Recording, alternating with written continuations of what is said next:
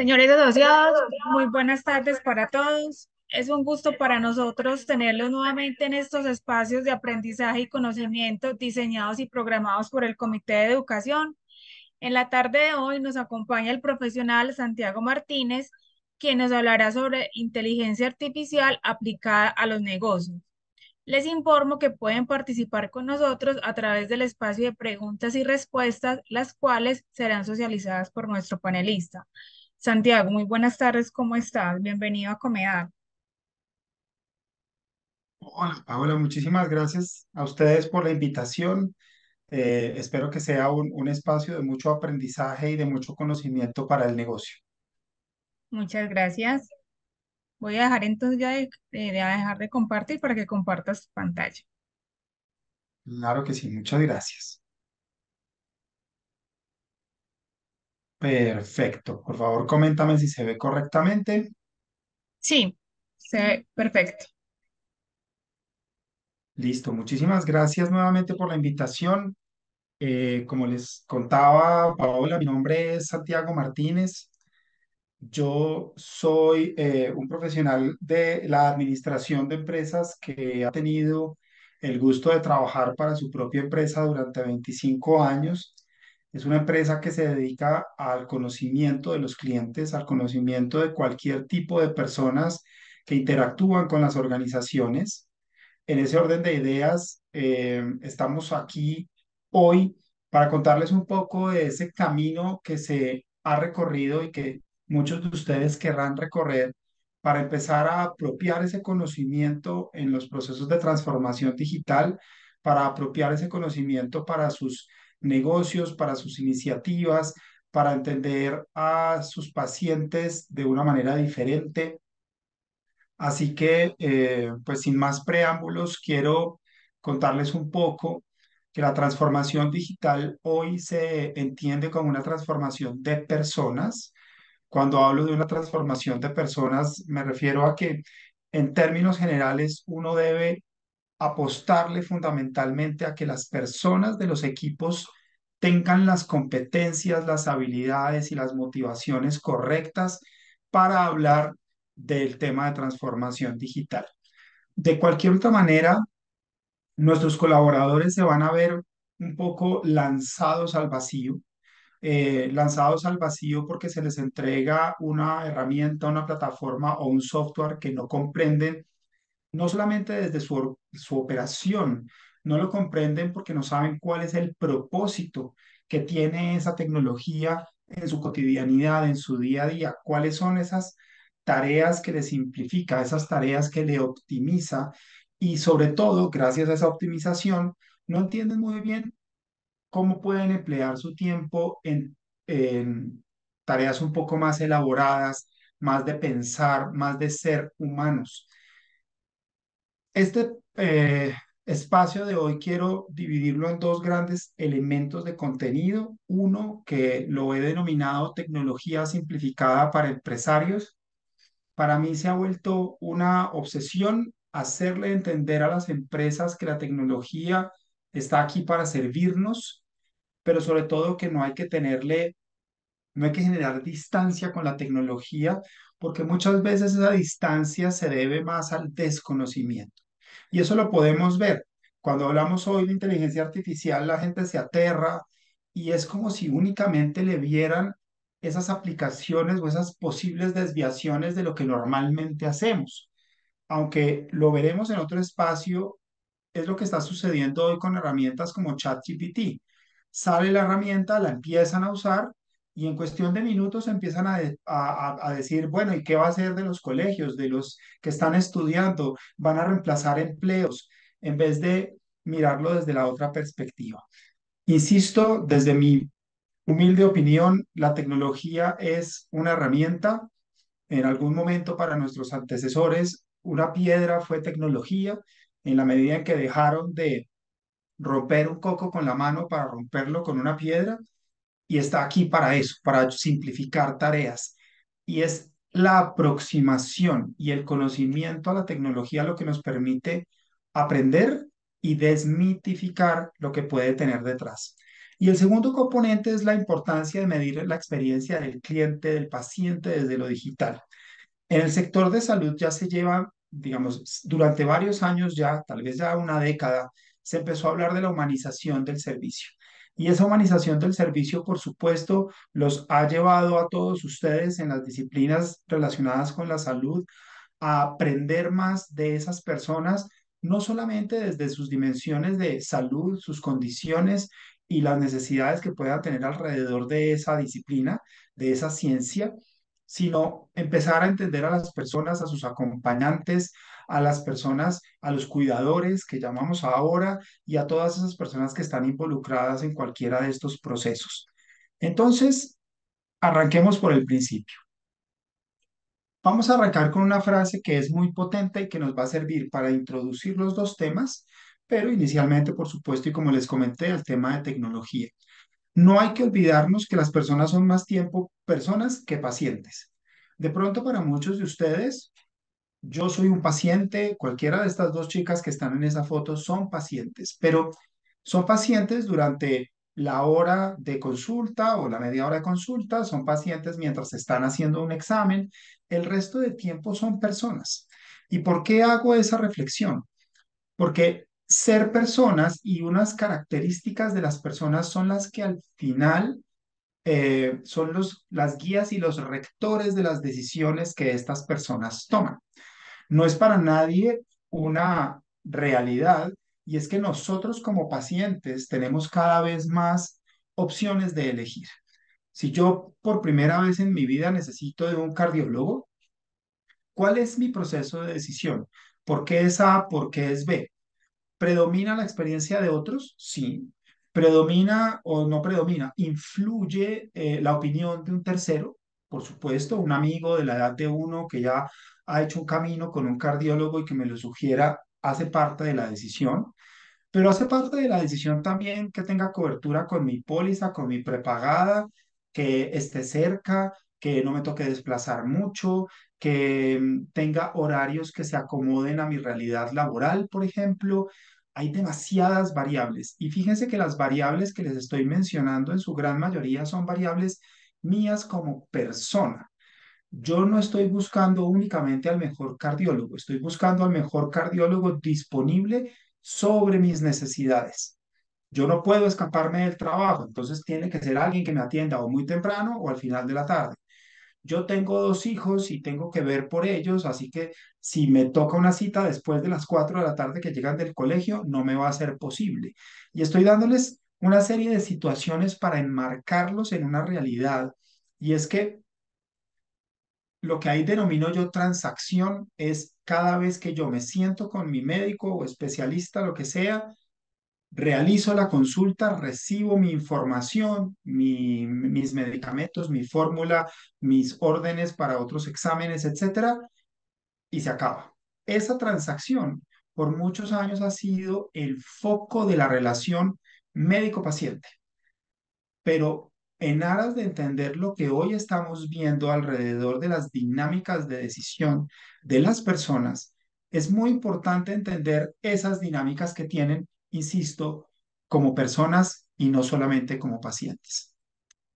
Aquí quiero hacerles o les quiero transmitir un mensaje que para mí también fue muy potente y es cómo soy genuino y relevante. Es importantísimo verse genuino. Voy a hacer una comparación con otras, y lo voy a hacer constantemente con otras industrias, con otro tipo de negocios, con otro tipo de disciplinas y ciencias, porque me parece que puede ser más agradable entenderlo también desde lo que puede ser uno como persona, no ustedes como profesionales de la salud, sino ustedes como personas. Por favor, tengan en cuenta que no hay nada más molesto que una abordaje de una persona que no es genuina o relevante. Y voy a irme a un caso de la vida real que sé que a muchos de ustedes les habrá pasado, y es cuando a uno lo llaman de un call center a ofrecerle el crédito que no necesita, la compra de cartera que no necesita, la línea celular que no necesita. Pero me voy un poco más allá. Estoy hablando también de esas cajeros, por ejemplo, en un banco, en un supermercado, en una tienda, en donde incluso con un guión de servicio no se ven auténticos o auténticas, no se ven genuinas las personas. Hay que generar empatía y les voy a pedir que se lleven esa palabra de esta primera parte de la intervención de hoy. Ser empático es entender la dinámica que hay alrededor de un paciente. Ser empático es entender nuevamente a la persona más allá de sus condiciones de salud. Ser empático es lo que de alguna manera, y voy a hablar un segundito de una experiencia personal, yo sentí en su momento con el pediatra de mis hijos. Mis hijos hoy ya están grandes, tienen 23 y 25 años, pero cuando ellos eran niños, el pediatra tenía algún tipo de tecnología, herramienta o como fuese, para que cada vez que nosotros entráramos a una consulta, él los saludara por su nombre, tuviera todo presente, supiera el nombre mío, el nombre de la mamá de los niños y tuviera una información que nos hacía sentir que de alguna manera nos conocía. Por supuesto, yo estando en este tipo de actividades desde hace 25 años, que es lo que tiene mi compañía, yo sabía que él debería tener seguramente un tipo de base de datos, pero más allá de la tecnología, quiero enviarles el mensaje. Él se daba a la tarea, él o su secretaria, su asistente, de capturar información valiosa. Entonces, él capturó mi nombre, capturó el nombre de la mamá, capturó el nombre de los niños. Por supuesto, en la historia clínica de los niños tenía sus edades, etcétera. Pero llegó un momento en que incluso conocía algunas de las aficiones de mis hijos. Entonces, a mi hijo mayor le gustaba algo, a mi hijo menor le gustaba algo, y él se daba el trabajo de copiarse de esos tips. Entonces a la siguiente le decía, hola Daniel, ¿cómo estás? ¿Cómo te ha ido con el teatro? La vez pasada me dijiste que te gustaba mucho. Eso es ser empático, eso es ser genuino. Muchos de ustedes dirán, uff, pero qué trabajito. Sí, de acuerdo, pero en ese momento nos hizo permanecer con el mismo pediatra durante un poco más de 12 años. Después cambiamos por situaciones de la vida, pero fíjense que hoy en día se valora no solamente la trazabilidad de salud que pueda tener un pediatra con un hijo o la trazabilidad de salud que pueda tener un urólogo con uno o un ginecólogo con las señoras, sino que también tiene que ver ese tipo de empatía, ese tipo de seguimiento, y a eso se refiere este mensaje que les estoy transmitiendo. Vámonos entonces a la empatía digital. Empatía digital, que es un nombre, el nombre de un libro que yo escribí, está por cumplir 2 años, es un llamado a entender que en un mundo inundado de tecnología no nos podemos olvidar que la persona al otro lado del celular, al otro lado de Doctoralia, al otro lado del WhatsApp de citas, perdón, que el paciente al otro lado de estas líneas es una persona. Es una persona que está angustiada por su diagnóstico. Es una persona que está angustiada porque la EPS no le ha autorizado sus medicamentos. Es una persona que está angustiada porque su enfermedad crónica va a afectar su productividad en el mundo laboral y eso va a afectar a su familia. Es una persona en términos generales. Por eso dice allí que la empatía digital parte de entender que hay que centrarse en la persona y que la tecnología debería estar al servicio de resolver problemas que tiene esa persona. Esto es dicho de otra manera o dicho al contrario. Yo no pongo el chat de WhatsApp porque no puedo ser el único médico de la clínica que no lo tenga. No solamente es por eso. Uno pone el chat de WhatsApp para coordinación de citas y me pongo en la plataforma de Doctoralia para que el paciente tenga una experiencia agradable, para que pedir una cita no sea una tortura, no sean 25 minutos en una línea y cambiar su forma de ver también a los médicos y al sector salud. Estamos en un país que además este año tiene mucha revolución alrededor del sector salud. La noticia con la que salieron esta mañana las EPS, las negociaciones que están haciendo con el gobierno para evitar algún tipo de desatención a partir de septiembre, que está a la vuelta de la esquina, nos alerta, nos asusta, nos sentimos vulnerables. Si adicionalmente a ese tipo de noticias, yo como paciente empiezo a ver que cada vez mi cita está más lejos, que cada vez me las cancelan más, me las mueven más, todo eso va jugando alrededor de lo que llamamos la percepción humana.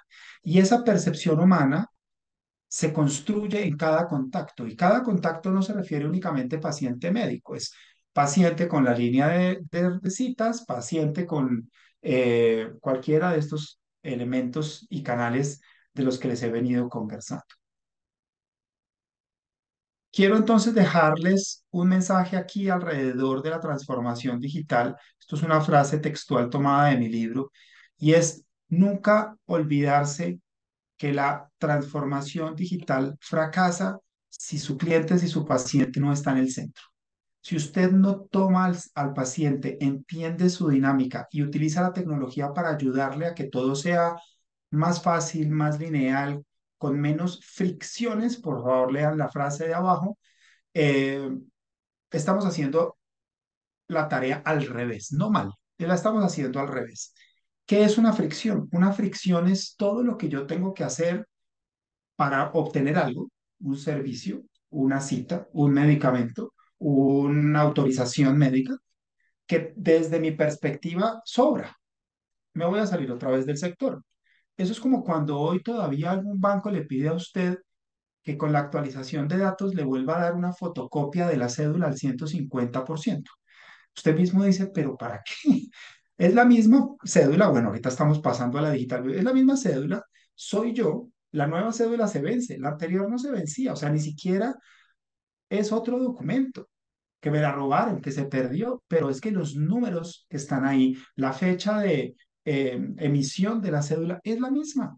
Entonces, ese tipo de cosas que uno dice como cliente, eso está como ridículo, ¿no? Otra vez, yo llevo 25 años en el mismo banco, otra vez me piden la cédula, además porque solamente quiero cambiar la dirección en algún momento dentro de este mundo tan tecnológico y cuando la dirección física dejó de ser relevante, porque es que antes era para que nos llegaran los extractos, ahora los extractos, cuando llegan usted ya ha tomado 32 decisiones porque le llegó digital o porque lo puede descargar o simplemente porque no le interesa, porque su aplicación lo ve todos los días y usted ve su movimiento todos los días, pues simplemente la gente dejó de actualizar los datos. Entonces, ¿yo para qué quiero que mi banco perdón, tenga mi dirección física actualizada? Antes tenía sentido, hoy no lo tiene. Y con esto quiero hacerles entender que muchas variables de contacto, muchas cosas de lo que creíamos un puente entre el paciente y los profesionales se están perdiendo. Se están perdiendo porque la misma transformación digital nos los va quitando o nos los va moviendo hacia otros elementos, nos lo va moviendo hacia otros puntos de contacto. Y por supuesto, aquí todavía no he hablado de la telemedicina, que le pone nuevas variables de gestión al mundo de la salud, porque hoy para muchos procesos, y quiero decir que he sido uno de los beneficiarios de este tema, no hay que estar físicamente con el médico, no tenemos que desplazarnos para absolutamente todo, habrá que desplazarse y seguimos desplazándonos para otras cosas. A veces uno de paciente dice, doctor me está pidiendo la cita, me está sugiriendo la cita virtual, pero no, yo sí quiero verlo porque quiero contarle algo que no me siento cómodo diciéndolo a través de una cámara y de un computador. Y no es un tema solamente de privacidad, es un tema de que uno necesita a veces el contacto humano, ver un poco la reacción de su doctor cuando uno dice que tiene un problema, una dolencia, que algo que no dolía ahora sí le duele, o cualquier tema que por supuesto hace parte de su cotidianidad en el sector y en el mundo de la salud. Nuestra próxima frontera entonces es ¿cuál? Conocer al paciente, insisto, como persona. Y voy a empezar a trabajarla aquí con algunas variables que empiezan a ser determinantes en este tipo de, de retos. Emociones, sentimientos, estilos de comunicación y todo lo que tiene que ver con la experiencia deben empezar a ser parte de la cotidianidad de sus relaciones médico-paciente. todo esto se resuelve con tecnología. Cuando digo emociones, me refiero a las emociones que podemos medir desde la tecnología, los sentimientos que se pueden medir desde la inteligencia artificial, los estilos de comunicación que estas plataformas nos permiten ver y cómo medimos la experiencia, cómo entendemos si el camino que estamos llevando con el paciente es correcto. No, y digamos, quiero ser muy delicado con esto. Cuando uno mide la experiencia, no está haciendo una auditoría de su propio servicio, simplemente está poniendo un termómetro muy análogo a lo que ustedes hacen cotidianamente. Estoy poniendo un termómetro a ver si la fiebre sube, baja o sigue igual. No es empezar a mirar si el paciente cuestiona su método. Yo soy docente y profesor y cuando empezaron a medirnos hace 15 años y empezamos a ver que los estudiantes decían cosas como no me gusta la metodología, la reacción de algunos profesores fue ¿y quiénes son ellos para decirme cuál es la metodología si el profesor soy yo? Ese tipo de reacciones son naturales. Y aquí debemos entender que si el paciente en algún momento nos dice que no está de acuerdo con lo que sea, no están cuestionando nuestro profesionalismo, no están cuestionando nuestros conocimientos, nos están diciendo, usted podría ser más amable, podría explicarme un poquito mejor, podría darme un espacio, por ejemplo, para que mi esposa conozca lo que está pasando en palabras simples y que los dos podamos tomar una decisión. Ese tipo de cosas son las que están sobre la mesa. En ningún momento un paciente va a calar en ustedes cuestionando su profesionalismo. Deberíamos entender que estas ventanas se abren es para perfeccionar la relación y no para cuestionarla. Para avanzar, quiero hacer un símil con esta figura humana porque todo lo que les voy a contar de aquí en adelante es un proceso que como bien ven ahí, no lo vamos a obtener al primer intento, ¿no? Yo no puedo pasar de conocer a Santiago en cuanto a sus condiciones médicas, edad y estado civil, para de pronto de la noche a la mañana de querer entenderlo desde emociones, sentimiento y otra serie de cosas. Entonces, esto es un proceso. Esto es un proceso que seguramente empieza enriqueciendo una primera capa de conocimiento que muchos de ustedes tienen simplemente, y digo simplemente en el mejor de los sentidos, por estar de la mano de la historia clínica, ¿no? La identidad de la persona, por ejemplo, y no me refiero a la cédula, su identidad, su tendencia, seguramente su identidad y su tendencia sexual genere algún tipo de cosas que deban perfeccionarse en la relación, la edad misma, el estado civil.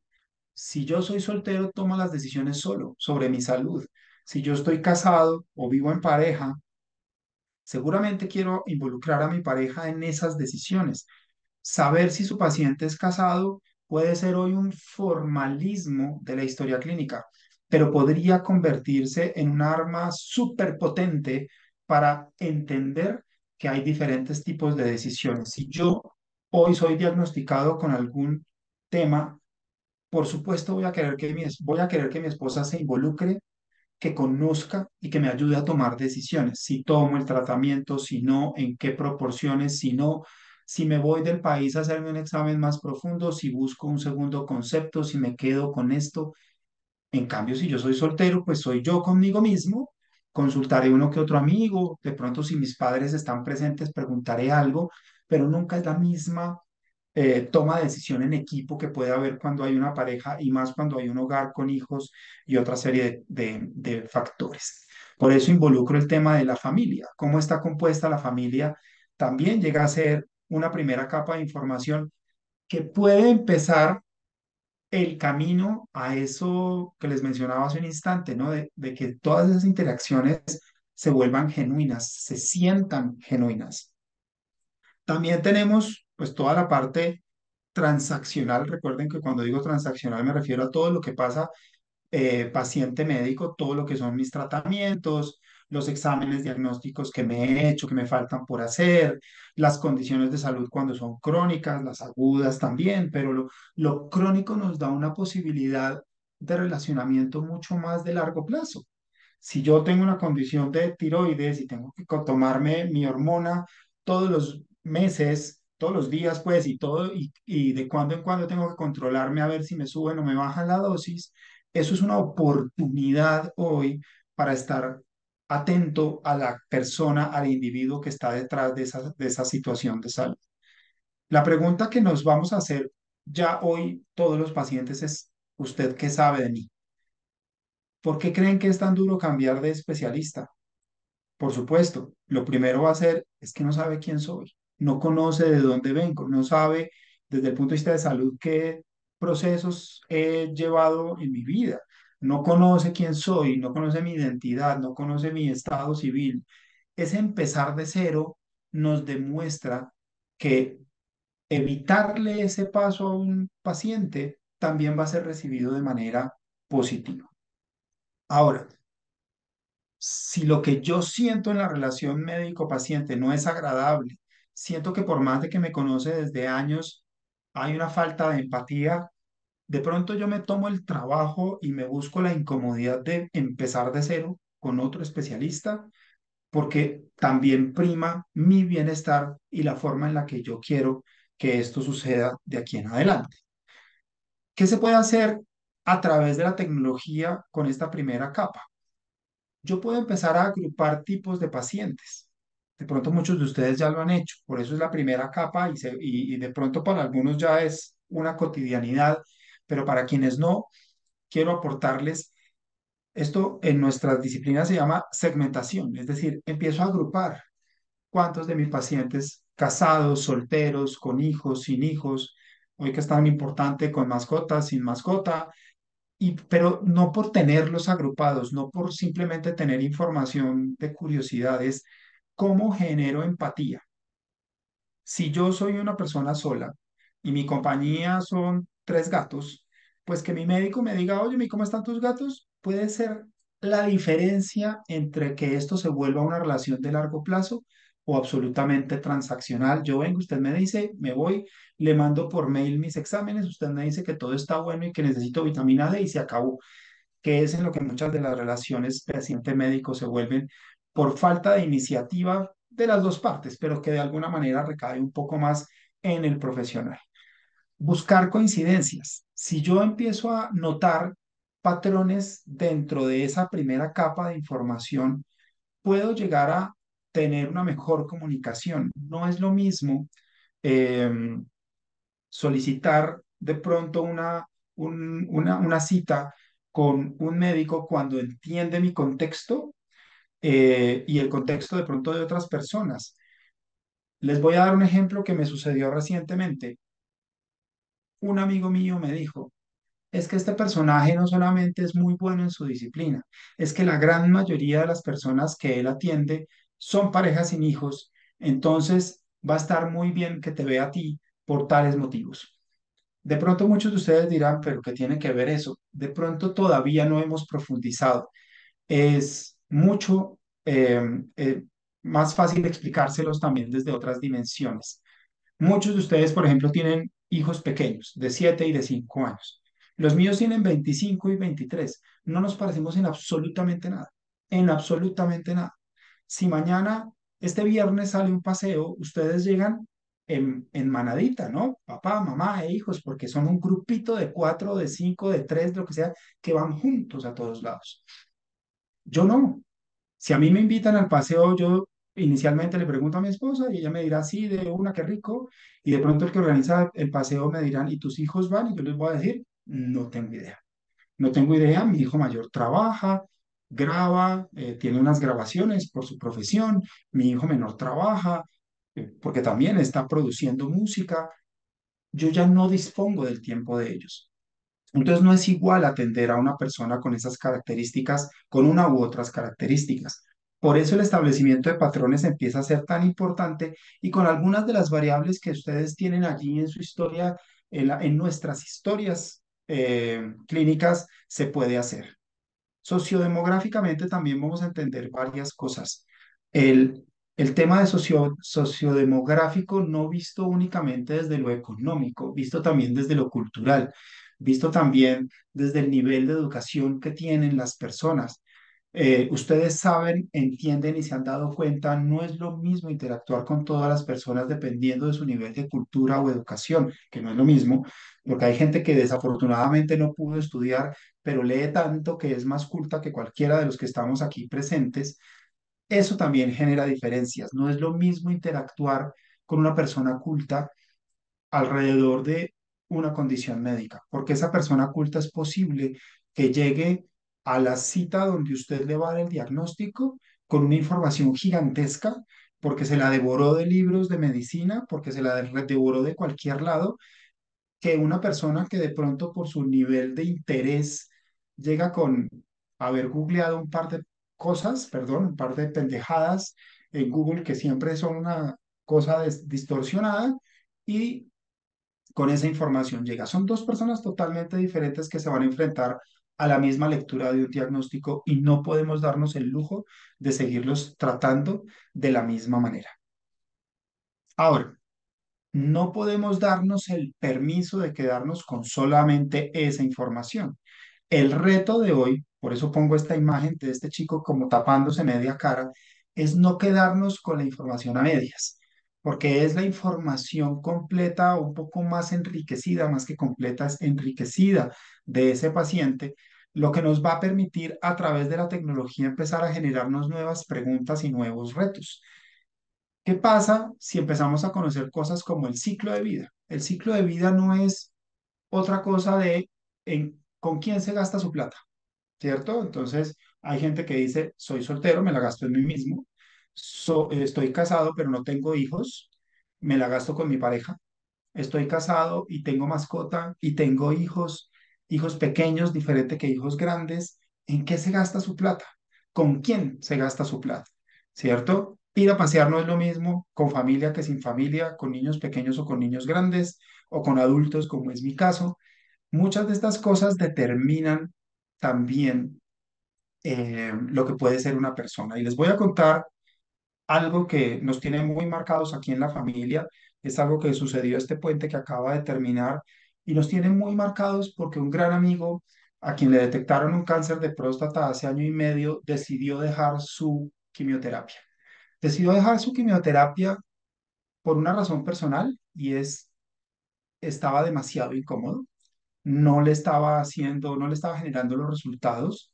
Pero segundo, y fue muy importante, interesante, doloroso a la vez escucharlo, dijo, igual mis hijos ya están grandes, no tengo que hacer tanto esfuerzo por ellos. Y claro, sus hijos son más o menos de la edad de los míos, y estoy seguro que él hubiese tomado una decisión diferente si sus hijos tuvieran 2 y 5 años. De pronto se hubiera ido por una tercera quimioterapia, por una cuarta, por una quinta. Y no es que la persona no haya luchado, estuvo en Estados Unidos, se sometió a varios exámenes muy incómodos, porque por supuesto tenía esa intención de supervivencia que todos tenemos, pero en un momento el detonante fue, mi esposa está bien, mis hijos son grandes, yo estoy muy mortificado, dejemos así. Fíjense la potencia de lo que significaría conocer este tipo de cosas de las personas con las que interactuamos. Y fíjense que no es solamente paciente, no es solamente su condición de cáncer, no es solamente su condición y su necesidad de hacerse un tratamiento como la quimioterapia. Y ni me digan de los adultos mayores, y no solamente de los adultos mayores, de quienes los cuidan, que seguramente se ha vuelto eh, una realidad mucho más cotidiana para ustedes últimamente. Hace 2 años tuve el gusto de trabajar para una universidad, para la Universidad Javeriana, en un estudio que se hizo para Colpensiones alrededor de precisamente las personas mayores. Y muchos aprendizajes. Primero, seguramente muchos de ustedes lo conocerán, el Javeriana tiene algo que se llama el Instituto de Envejecimiento, liderado por un par de personas fantásticas e ilustres. Pero segundo, nos mostró a través de una investigación de mercados que hizo una firma, un tercero, no era mi firma, sino otra, que es un grupo bastante desatendido, bastante incomprendido cuando de salud se trata, pero también cuando de muchos otros productos y servicios se trata. Es un segmento del mercado que está desatendido porque nadie diseña productos y servicios para adultos mayores. Los adultos mayores se adaptan para los productos y servicios que se hace para personas menores que ellos. Eso está transformándose, pero siguen habiendo muchas oportunidades. Las personas mayores, los adultos mayores, hoy tienen unas dinámicas diferentes. Son activos hasta una edad mucho mayor y eso les permite también interactuar de maneras diferentes con sus médicos, con sus especialistas, con las personas que les hacen sus tratamientos, con las personas que están pendientes de su salud. Las parejas con hijos, que ya se las mencioné, las parejas sin hijos, que también las mencioné, y las personas solteras. Entonces, fíjense que el ecosistema pasa de algo relativamente simple a algo un poquito más profundo, una segunda capa, que nos permite hacer una serie de nuevas preguntas, ¿no? Y es, ¿qué saben de mí en estas nuevas dimensiones? ¿Y dónde o en qué viene a ayudarnos la tecnología? La tecnología hoy puede cruzar información para decirnos qué riesgos tienen por su estilo de vida. Muchos de ustedes habrán oído u utilizado a Watson de IBM. Nosotros, personalmente, yo lo utilicé durante 4 años para temas de mercadeo y tecnología aplicada al conocimiento del cliente. Y Watson también tiene una serie de aplicaciones alrededor del tema de salud que seguramente ustedes han oído en detección de fracturas, de pequeños tumores y otras cosas que están ayudando al diagnóstico y tratamiento de tantas condiciones médicas y enfermedades. Hoy yo tengo un riesgo por mi estilo de vida. Es algo que me gustaría que alguien me contestara, porque si no me veo supeditado a lo que dicen las plataformas, irresponsablemente muchas de ellas, otras un poquito más responsables. Muchos de ustedes y de nosotros tenemos em, relojes inteligentes que están monitoreando ciertos temas de salud, pero ¿es eso suficiente? De pronto yo quiero que mi médico y mi especialista vaya un poquito más allá y no me hable de riesgos estándar, sino de pronto de riesgos que tienen que ver con la forma en la que yo he vivido. Y lo digo también con un matiz muy personal, no debe ser lo mismo tratar a una persona que toda su vida ha sido activa, que ha tenido un nivel de, digamos, de desempeño deportivo y de actividad física diferente a personas que tienen su misma edad. Y es allí donde uno apreciaría profundamente que cruzando variables a nivel de tecnología, la herramienta le permita a uno ver a quién hay que levantarle la mano y decirle, mire, A más B más C igual, este es su riesgo por sus condiciones. Sus ciclos de vida. Ya les daba el ejemplo de este querido amigo, 53 años y con esta decisión tan fuerte encima. Su ciclo de vida determina en muy buena parte las decisiones. ¿Cómo podemos apoyarnos en tecnología? Primero hay que preguntar qué ciclo de vida está la persona. Eso es muy simple. Es una pregunta de con quién vives y se acabó. Vivo con mi pareja y mi gato, lo que sea. Y segundo es cómo ponemos a trabajar la información para que el ciclo de vida sea un potenciador de buenas decisiones apoyadas en lo que ustedes saben como profesionales, apoyadas en lo que ustedes saben desde sus diferentes especialidades. ¿Con quién deciden? Les anticipaba lo de las parejas, les anticipaba lo de los hijos. ¿Con quién ejecutan esos planes? Porque aquí nos volvemos a salir de la dimensión de salud.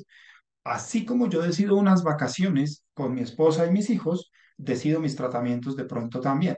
Hacen parte de la estructura rectora de de mi forma de ejecutar, de mi forma de tomar decisiones. Haciendo un trabajo muy importante para un supermercado muy grande de este país, encontrábamos que la forma de comprar ciertos productos estaba determinada funcionalmente el ciclo de vida de las personas. Y me refiero a productos que incluso tienen que ver con alimentación. Lo que es buena alimentación está totalmente matizado sobre el ciclo de vida. A veces los padres hacen, voy a decirlo así, sacrificios y comen ciertas cosas en aras de que sus hijos aprendan a alimentarse saludablemente y uno puede estar muriéndose por un paquete de papas, pero no se lo come para que los hijos no aprendan a que eso es una alternativa. Y ese es un proceso que puede permear y de hecho permea otras decisiones.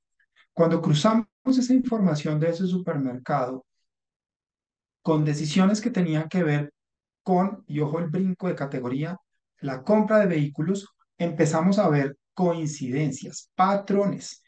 El que merca en familia compra el carro en familia, en su gran mayoría. El 88% es exactamente la cifra que tenemos. El que merca en familia compra carro en familia y seguramente tomará decisiones de salud en familia. ¿Cómo están ustedes o cómo deberían estar ustedes como profesionales involucrados allí? Eso puede venir en algo desde la comunicación. Si yo le comparto a mi médico mis últimos resultados de urología y el médico tiene que decirme que aquí hay una condición que tengo que comunicarte, una pregunta podría ser, ¿quieres invitar a alguien más, traer a alguien más? ¿Quieres que de pronto llames a tu esposa mientras te doy el diagnóstico para que los dos tomen decisiones? Esa pregunta podría ser lo que hoy llaman el life changing, ¿cierto?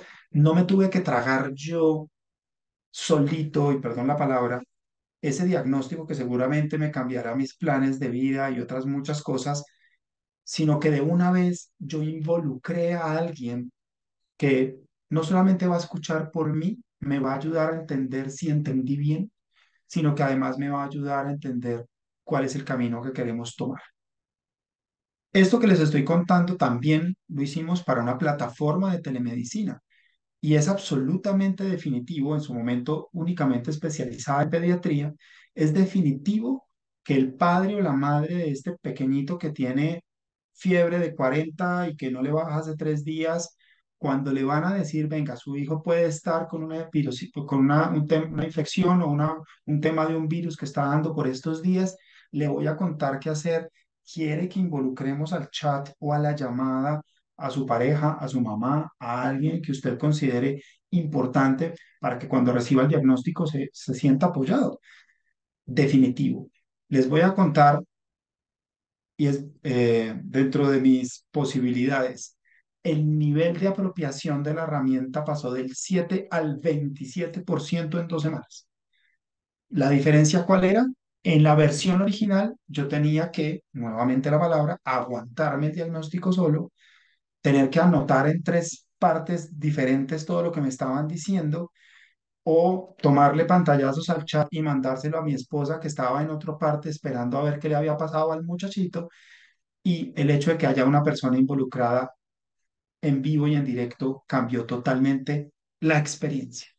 Y empezamos a aterrizar en este concepto que es la experiencia del paciente. ¿Cómo debemos garantizar que ellos y quienes los acompañan tengan la información y puedan tomar decisiones juntos? Creo que vieron la diferencia, ¿no? De esa información de sí, edad, eh, sociodemográfico, que si está casado o no, a, oiga, ¿usted con quién vive? ¿Con quién quiere tomar la decisión? ¿A quién quiere que le contemos este diagnóstico? ¿Se lo cuenta a usted solo? ¿A alguien más? Eso nos invita a esa pregunta que les quería compartir en la parte inferior izquierda y es, ¿estamos listos para aprender más del paciente? ¿Lo empezamos a ver necesario? Esto es una pregunta que de pronto me gustaría que muchos de ustedes al final, cuando tengamos la ronda de preguntas, me respondieran. Ustedes empiezan a darse cuenta que esto es necesario, empiezan a darse cuenta que realmente la evolución de su relación con los pacientes está moviéndose y ustedes ya hoy empezaron o se empezó a manifestar mejor la necesidad de aprender un poquito más y de verlo desde otros ojos. Por eso llamé esta parte facilitar la tecnología para empresarios. Quiero, como les decía al principio, desmitificar que la tecnología es difícil, que la tecnología es inaccesible o que está únicamente supeditada a físicos, matemáticos, programadores, ingenieros de sistemas. Hoy en día hay demasiadas formas de llegarle a un paciente y de generar esta serie de relaciones basadas en variables de confianza, en variables genuinas, auténticas. Y les quiero dar un ejemplo concreto para que se lo lleven, para que entiendan la, entre comillas, facilidad que tiene esto de acceso. Muchos de ustedes hoy utilizan WhatsApp. Muchos de ustedes, como yo, empezamos utilizando WhatsApp cuando salió al mercado, que únicamente nos permitía escribir. Hoy tenemos una herramienta que nos permite dictar y escribe lo que le dictamos y nos permite enviar notas de voz. Es por eso que quiero darles el contexto de que estamos yendo a lo que hoy llamo yo personalmente el fin de los teclados. ¿Por qué es el fin de los teclados? Porque la voz y el texto son hoy protagonistas de la relación de una empresa, de una organización con una persona o con otra empresa. ¿De acuerdo? Y esto va a aplicar para los laboratorios con los que ustedes se relacionan, para las clínicas con las que ustedes se relacionan. Todo esto está permeando ya hoy nuestra cotidianidad. Y antes de pronto ustedes entraban a una consulta, entraban a una cirugía y cuando salían tenían 2 o 3 mensajes de WhatsApp en texto. Hoy uno tiene no tres, 13 y de los 13 6 ya son un audio y muchos de esos audios tienen más de 1 minuto y medio y no queremos oírlos completos, entonces ya WhatsApp nos puso la posibilidad de oírlo a 1.5 y a 2 veces, porque igual usted lee la idea principal y dentro de poco debería estar apareciendo ya en algunos dispositivos la posibilidad de que WhatsApp lea el audio, transcriba, mejor es la palabra, transcriba el audio y le dé un resumen de lo que está ahí. Entonces, ese amigo que a uno le tira un audio de 5 minutos, el mismo WhatsApp se lo va a resumir en 3 frases. Y uno, pues, si quiere mucho al amigo, va y oye el detalle, pero al menos va a entender qué está pasando y si hay algo importante que necesite de su atención. La voz humana, que ustedes además sabrán mucho más de esto que yo me he tenido que instruir un poco para lo que hago, pues es al final uno de nuestros grandes diferenciadores evolutivos, ¿no? El lenguaje. Tener lenguaje, tener nuestros prefrontales más desarrollados que otras especies, nos ha permitido desarrollar esta capacidad fantástica de comunicarnos para bien o para mal. Pero es nuestra capacidad y por eso es a lo cual recurrimos más fácil. Y les voy a dar un apunte que de pronto les genere alguna gracia. Escuchen cuántas veces una persona cuando les manda un mensaje de voz por WhatsApp empieza diciendo cosas como, perdóname, te mando el audio, pero es que es una idea larga. Eh, es que lo que te quiero decir es importante, prefiero en audio. Es decir, la gente arranca sabiendo que es incómodo, pero que se sienten más tranquilos o tranquilas generando esa comunicación en audio. Y en muchas ocasiones, vaya que sí tienen razón. Cuando uno oye el audio dice, uy, no, pues donde me hubiera puesto esto en el texto, me morí. Es mejor el audio. Pero también hay veces donde uno dice, pero ¿para qué me manda un audio? Y de pronto yo estoy ahorita en esta conferencia y hay alguien que me pone un audio ahí y se quedó esperando. De pronto yo tengo la oportunidad aquí en mi pantalla de decirle, estoy en un webinar, te respondo ahora y me manda otro audio. Y cuando uno sale del webinar, de la clase, cuando estoy en clase, de la reunión, cuando estoy en temas laborales, y el segundo audio dice, no te preocupes. Y uno dice, pero ¿para qué me mandas un audio diciendo no te preocupes? Si me lo escribes, yo lo puedo leer y sé que no es nada urgente.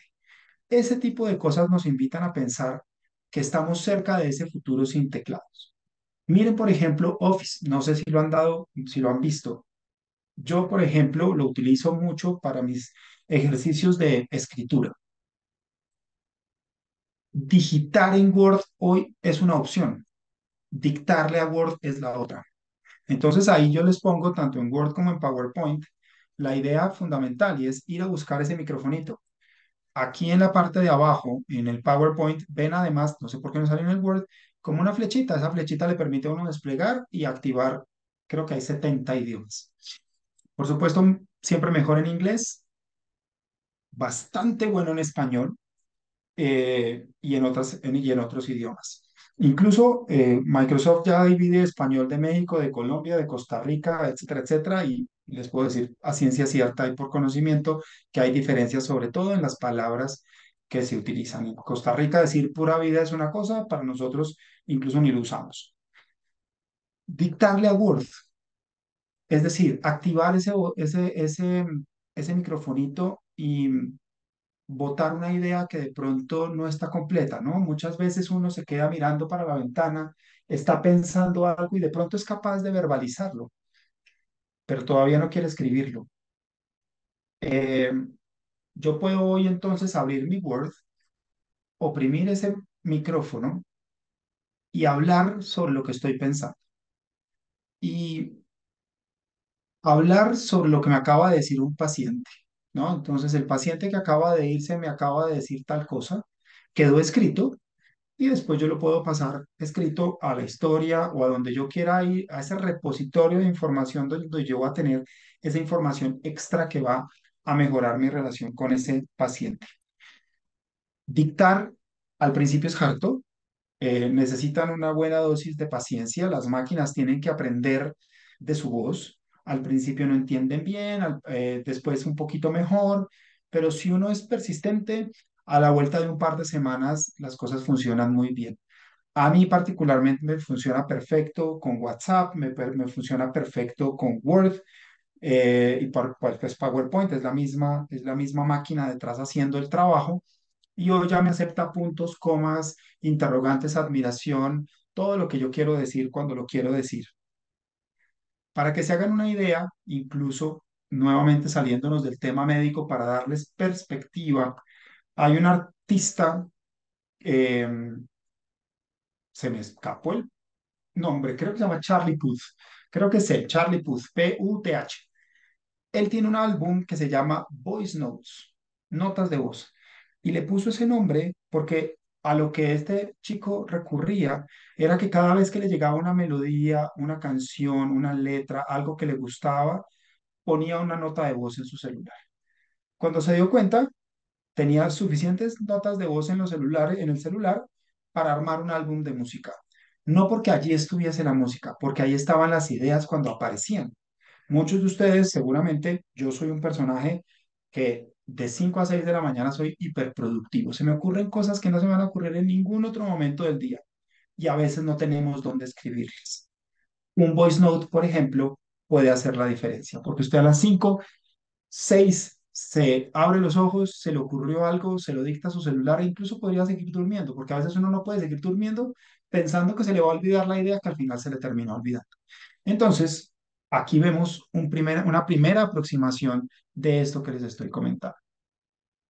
Entonces, si ese cliente, si ese paciente tiene el reto, perdón, tiene digamos, naturalmente tiene el impulso de mandar mensajes de voz, cada vez que yo lo pongo a escribir, le estoy poniendo una fricción. Recuerden cuando les hablaba de fricciones.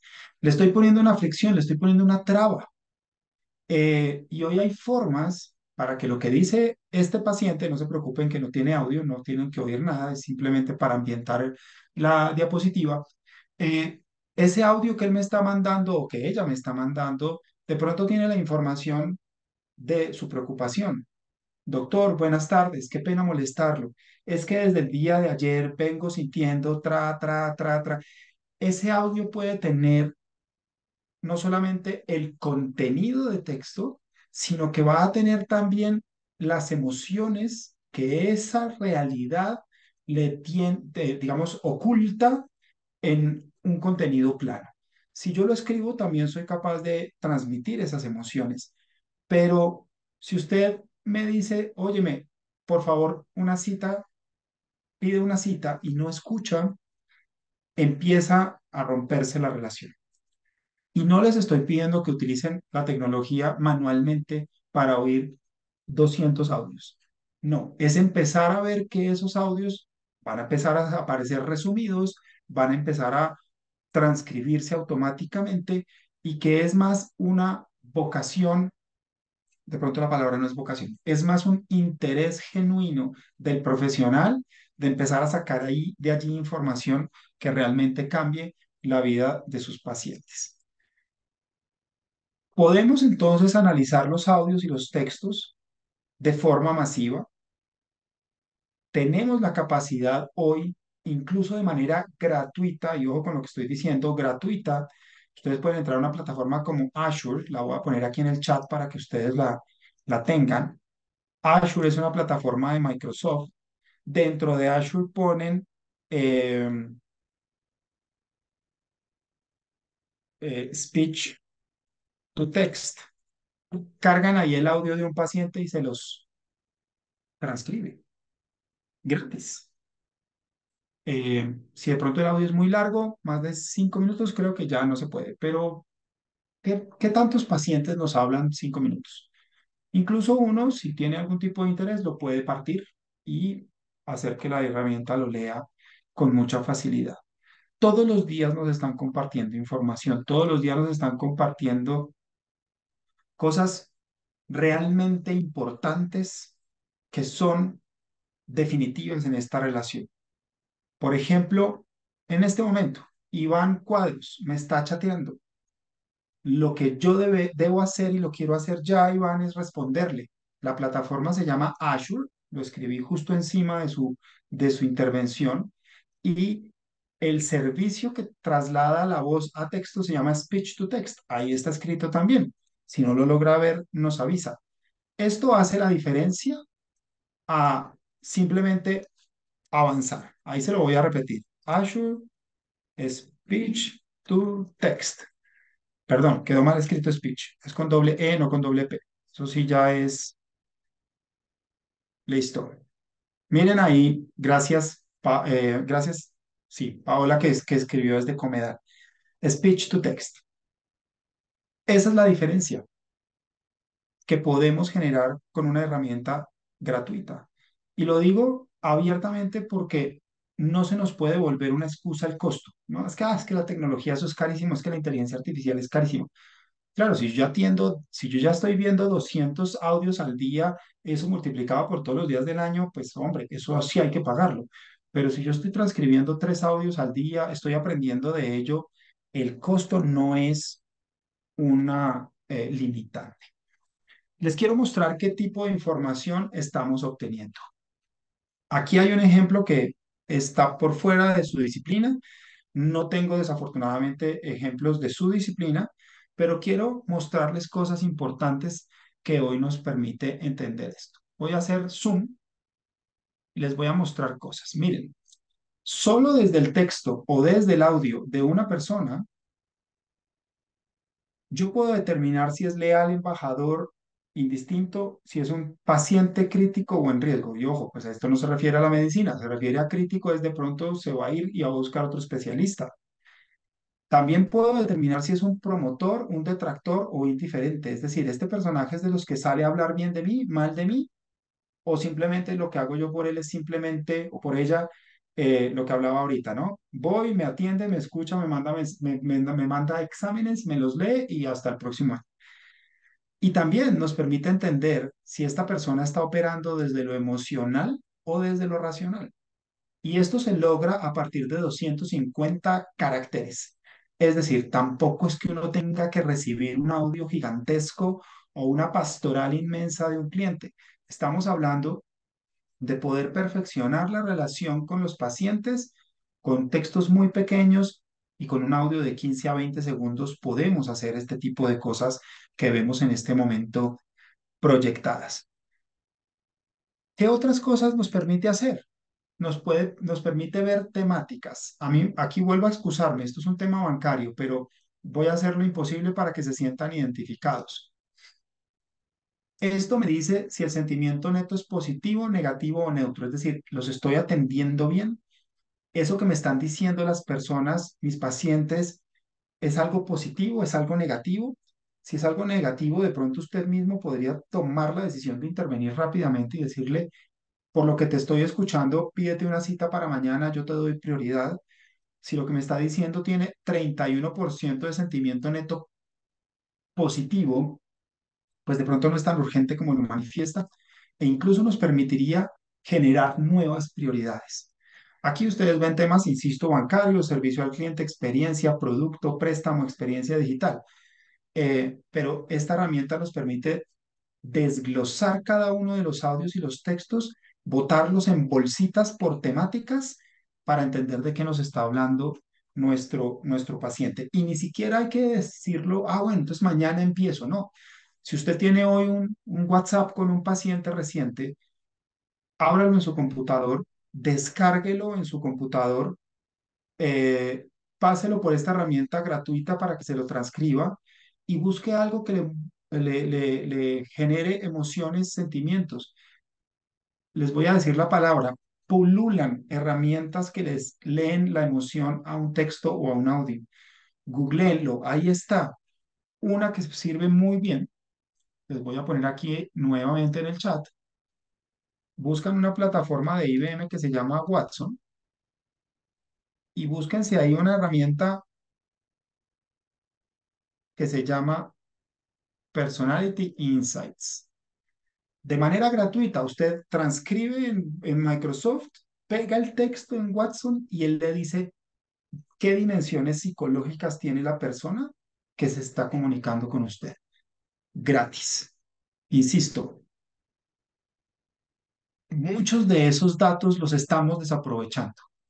Muchos de esos datos están por recogerse. Lo que yo les quiero dejar hoy como aprendizaje es, entiendan que el camino hay que recorrerlo y hay que empezar. Y por eso les quiero mostrar la parte de abajo. Son las mismas temáticas aquí a la izquierda, pero me dice en qué puedo mejorar. Entonces, imaginémonos, cada una de estas columnas puede ser un ciclo de vida. Cada una de estas columnas puede ser paciente crónico, paciente agudo, cualquiera de las dimensiones que ustedes puedan manejar. Y en los rojitos voy a ver dónde están mis oportunidades. De pronto aquí este banco tiene más oportunidades en producto, tiene más rojos en producto. De pronto en una conversación de un paciente de ustedes se encuentren más verdecitos en la forma en la que en la que me da mi diagnóstico, pero un rojito en la forma como me lo comunica. Es decir, no le entiendo, doctor, muchas gracias. Me está diciendo algo muy importante, pero no le estoy entendiendo. Ese tipo de cosas hoy lo sacan las herramientas eh, y quisiera que ustedes tengan aquí esto como una alternativa para perfeccionar su trabajo. Bueno, aquí estoy leyendo que no estoy habilitado para escribir. Eso me, bueno, pero ya me estás transcribiendo, Paola, muchas gracias. Eh, con eso y de pronto al final lo conversamos. Eh, quiero ir cerrando mi intervención para que veamos cómo funciona.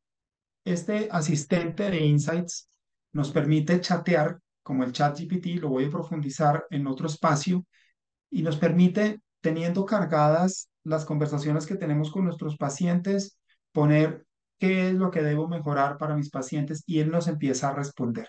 Es decir, ni siquiera tenemos hoy que ser unos tesos en Excel, unos super tesos en nada. Uno puede tener acceso a estas plataformas, esta ya es de pago, y yo puedo mirar acá las oportunidades que tengo de cara a mis pacientes.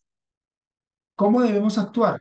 Con toda esta información que nos está dando Santiago, ¿qué tenemos que hacer? Lo primero es estar atentos a las tendencias. Esto que les estoy mostrando es algo que está sucediendo y vienen cosas nuevas.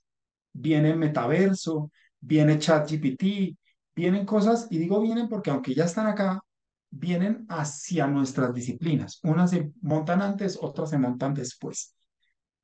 Pero sobre todo hay que estar atento a las señales que nos da el cliente.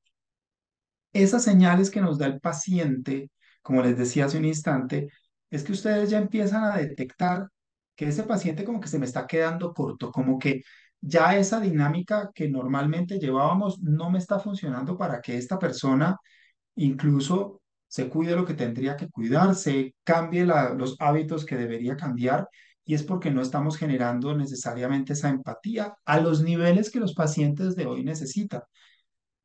Muchos de ustedes, yo lo veo como profesor también y como empresario con las personas nuevas que llegan a la organización, no será lo mismo darle un diagnóstico o una dieta o un cambio de hábito a una persona de 50 que a una de 25 o que a una de 18. A eso me refiero con el, las señales que les dan los pacientes. Quiero dejarles entonces una analogía, y es que el cliente es fundamentalmente como una cometa. Yo soy pésimo para elevar cometa. No sé si a ustedes les gusta Charlie Brown, este personaje de caricaturas que es el dueño de Snoopy. Él, una de sus frustraciones es que nunca pudo elevar cometa. Yo soy muy parecido a este pobre señor que está ahí corriendo kilómetros con la cometa sin lograr absolutamente nada. Tal vez por eso me surgió la idea de hacer esta analogía. Cuando uno está aprendiendo a volar cometa o cuando lo intenta, le dan muchas instrucciones, ¿no? Es como, espérese, corra, suba, por el otro lado, el viento, o sea, son 300 instrucciones. Y eso es un poco lo que uno siente incluso en una conferencia como esta, ¿no? Que mire, que el cliente, que el ciclo de vida, que la edad, que no sé qué. Es como que todas esas instrucciones que a uno le dan al tiempo, pero si nos lo llevamos al cliente, si nos lo llevamos al paciente, debemos entender varias cosas. Voy a devolverme al arte de elevar cometas. A uno le dicen cosas como, levántela en contra del viento. Entendido. Perfecto, tiene lógica. Y le dan una instrucción. La cometa le va a pedir cuerda. Y eso es como cuando a uno de chiquito le decían, ¿cuál es tu color favorito? Si yo no he sentido la presión, la tensión de una cometa en mi mano, yo no entiendo qué es pedir cuerda. Cuando uno ya lo tiene, porque a alguien le presta una cometa, claramente porque uno no la elevó nunca, uno entiende qué significa. La cometa cuando tiene esas ráfagas de viento, jala y usted tiene que tener la pita, la cuerda lista para soltarla. Hoy los quise llevar por este viaje para entender que lo que les estoy contando, muchas de estas cosas que les estoy contando no es para implementarlas esta semana ni la próxima, pero conocerlas nos permite entender qué puede estar pasando con mis pacientes en el corto, mediano o largo plazo. Por eso la analogía, para que cuando nos pida cuerda nosotros sepamos qué hacer. ¿Qué pasa si mañana la telemedicina empieza a mudarse al metaverso, que es un tema que nos va a convocar en otro espacio? Yo no puedo ser el profesional que dice el meta qué, ¿cierto? Sino yo tengo que saber de qué me están hablando. Primero va a ser un paciente, después dos, y cuando haya una masa crítica de pacientes, pues terminaremos dando telemedicina o terminaremos tomando decisiones si queremos o no hacer telemedicina por metaverso. Pero es una invitación a que cuando la cometa pida cuerda la tengamos lista, estemos instruidos, estemos preparados, tengamos el concepto listo para poder navegar hacia ese futuro. Queremos que los clientes y que los pacientes entiendan lo que nosotros somos como profesionales, pero también sabemos que muchas veces vamos más rápido que ellos. Muchos de ustedes lo habrán experimentado con la telemedicina. Muchos de ustedes se habrán dado cuenta que para muchos de sus pacientes fue una obligación por la pandemia y que hoy no están dispuestos a volver. Yo, por ejemplo, no necesariamente quiero volver a dar clases intensivas de maestría por internet.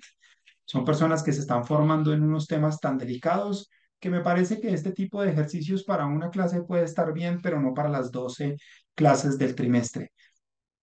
Entonces nos toca recoger la cuerdita, ¿no? Esa es la otra instrucción que le dicen. Entonces, si la cometa va bajando, recójale cuerda porque si no se cae. ¿Qué es recoger cuerda? Es entender que de pronto tuvimos una iniciativa, quisimos conocer a nuestros pacientes desde una nueva modalidad y el mismo paciente dice, uy, no, yo tal vez esa información todavía no te la doy. Recojo, espero, pero la tengo lista. Esto es pues este recorrido que quería darles alrededor de tecnología, de cómo la podemos apropiar sencillamente con herramientas gratuitas a través de algo tan poderoso como la voz y de cómo esa voz nos empieza a medir la experiencia del cliente con unas dimensiones nuevas como la emoción, el sentimiento, la personalidad, todo lo que les mostraba hace algunos instantes. No me queda más sino agradecerles por el espacio, despedirme, esperar que les haya quedado el mensaje, invitarlos a profundizar en el libro que escribí al respecto y sobre todo dejar la puerta abierta para que nos podamos ver en otras oportunidades. Muchísimas gracias. Santiago, pero tenemos algunas inquietudes por resolver acá a los asociados. Por acá nos dicen, ¿qué beneficios tiene la inteligencia artificial en la medicina? Muchísimos.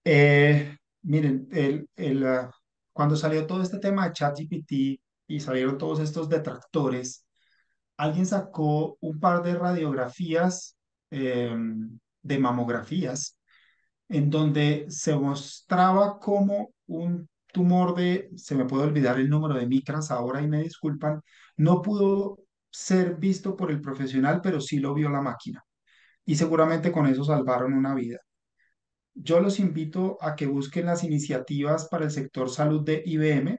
Yo fui canal de distribución de IBM durante 5 años y no las conozco de primera mano porque no es mi disciplina, pero sé de los esfuerzos inmensos que se hicieron allí en temas como lectura de radiografías, ecografías, detección de microfracturas en los huesos y otra serie de cosas.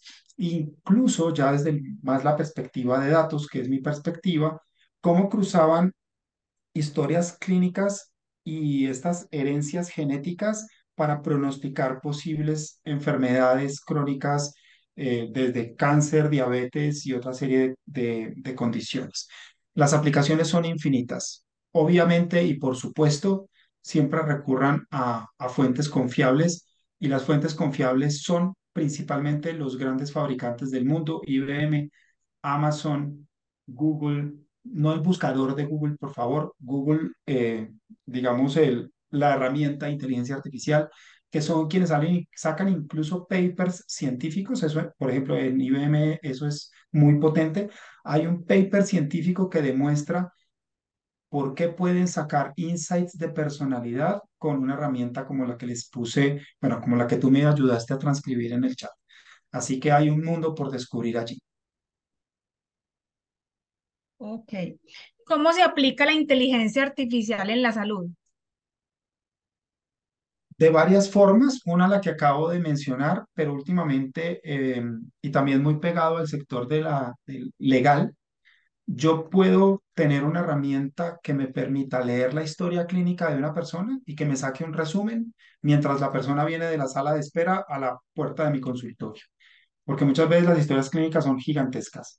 Entonces, que me pueda hacer una lectura rápida y un resumen, como para que cuando el paciente llegue yo tenga información importante para generar empatía y continuar con lo que esté sucediendo, el tratamiento o lo que sea.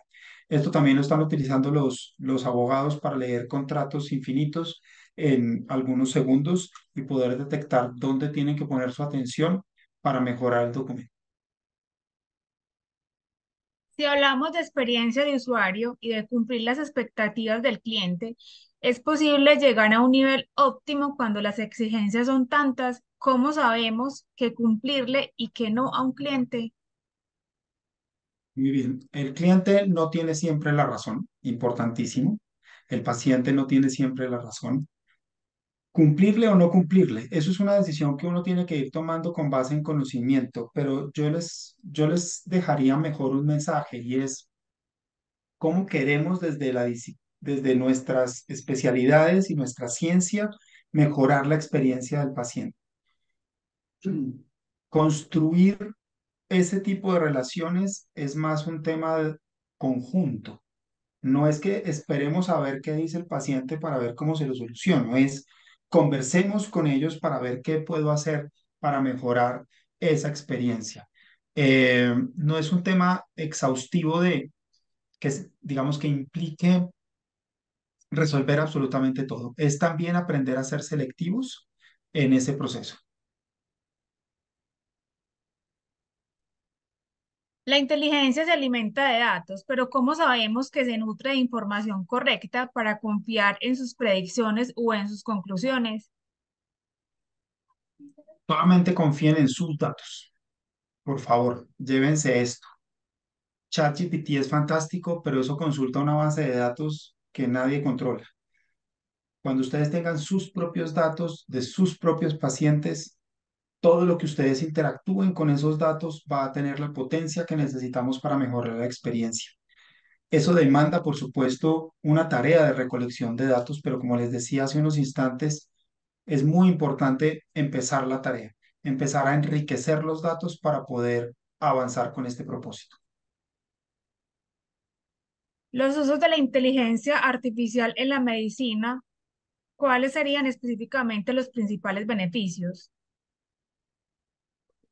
Eh, para no ser repetitivo, mm, desde esta perspectiva que vimos hoy, conocer quién es la persona, para poder interactuar de una manera más empática, pero ya desde medicina, más allá de lo que ya les conté, no conozco y creo que me metería en terrenos inexplorados, pero les quiero contar que la herramienta que nosotros utilizamos para entender a las personas viene directamente de la psicología forense. Se automatizaron los patrones de psicología forense para poder entender la emoción de una persona desde lo que escribe. Hasta allí, hasta allá mejor está llegando la inteligencia artificial. Seguramente en sus especialidades también habrá muchos descubrimientos y hallazgos por explorar.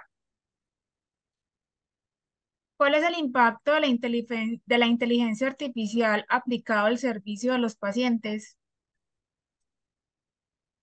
Debería verse una mayor empatía del paciente hacia el médico, porque se genera desde el médico hacia el paciente.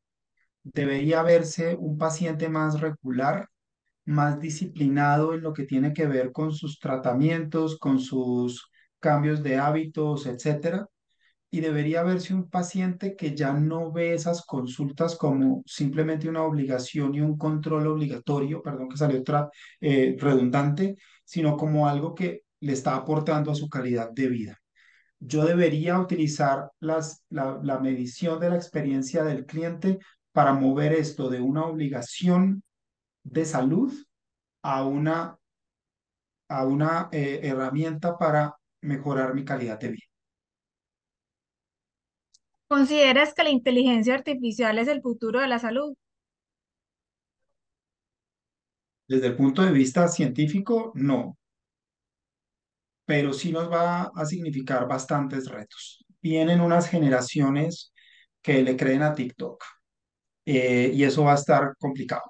Si antes nos daba miedo el famosísimo y nunca bien recibido doctor Google, hoy los chicos ni siquiera le preguntan a Google, le preguntan a TikTok. Y por eso organizaciones como la NASA han tomado la decisión de tener una cuenta de TikTok, para que la información que reciben sea veraz, sea generada por una organización que tiene el conocimiento y la autoridad para hablar de lo que tiene que hablar. Es cuestión de cada una de las ciencias y de las disciplinas, cómo involucrarse en la tecnología para que las personas que están allí consuman un contenido responsable.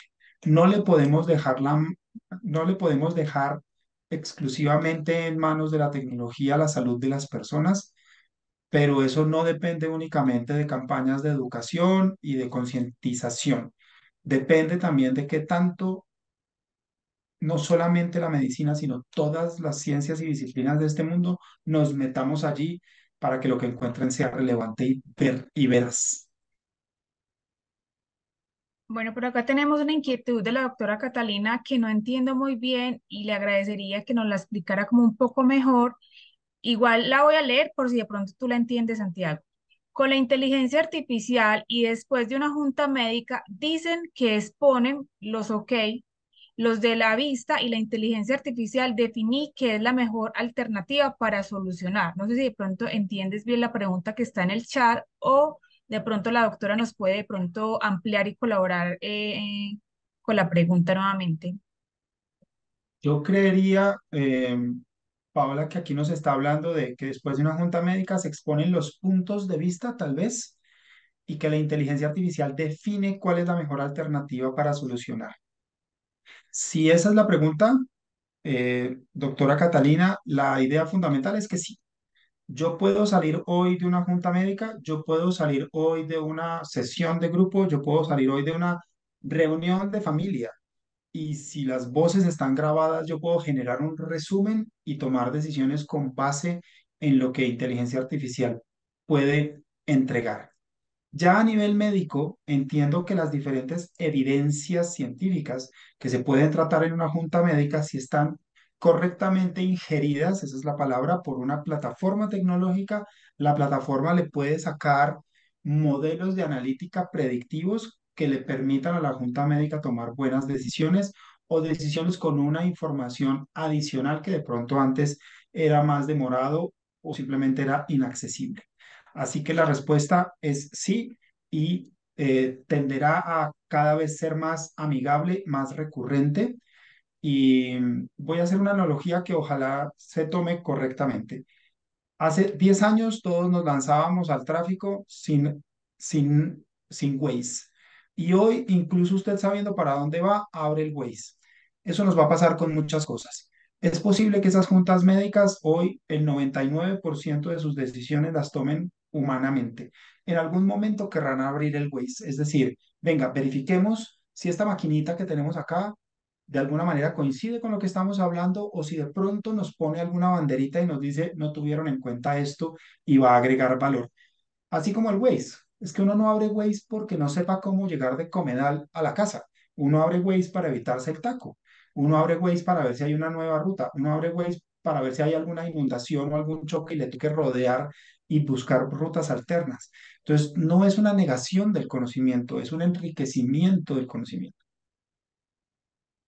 Santiago, de pronto, ¿qué otras plataformas le puedes recomendar a los asociados que estén enfocados, obviamente con la inteligencia artificial y aplicada a los negocios, que es el tema que estamos tratando hoy?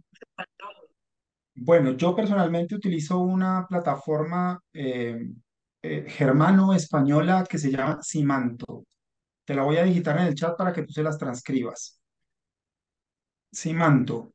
Simanto es la que trabaja con psicología forense y nos ayuda a entender todas estas dimensiones humanas desde textos. La que tenemos en mi compañía, que se llama Cognosite, que lo ven arriba a la izquierda, que también te lo pongo ahí para transcribir, que trabaja con voz y nos permite entender esas mismas dinámicas desde la voz. Y hay muchas otras. Ahí sí podría decirles que una de las mejores recomendaciones es googlear cosas como mejoramiento de la experiencia del cliente, mejoramiento de la experiencia del paciente. Y hablar de paciente podría llevarlos de pronto a alguna de estas plataformas que no estén enfocadas en psicología, por ejemplo, que son las que yo utilizo, sino efectivamente en algo que haya evolucionado desde la ciencia, desde la medicina. Ok, bueno, no tenemos más preguntas por la noche de hoy. Santiago, muchísimas gracias por acompañarnos en el encuentro de hoy y por brindarnos esta información tan importante y valiosa para todos. Esperamos que el encuentro haya sido de utilidad y del agrado de todas las personas que nos acompañaron hoy. Muchísimas gracias y feliz noche para todos. Muchas gracias a ustedes por la invitación. Gracias, que descansen.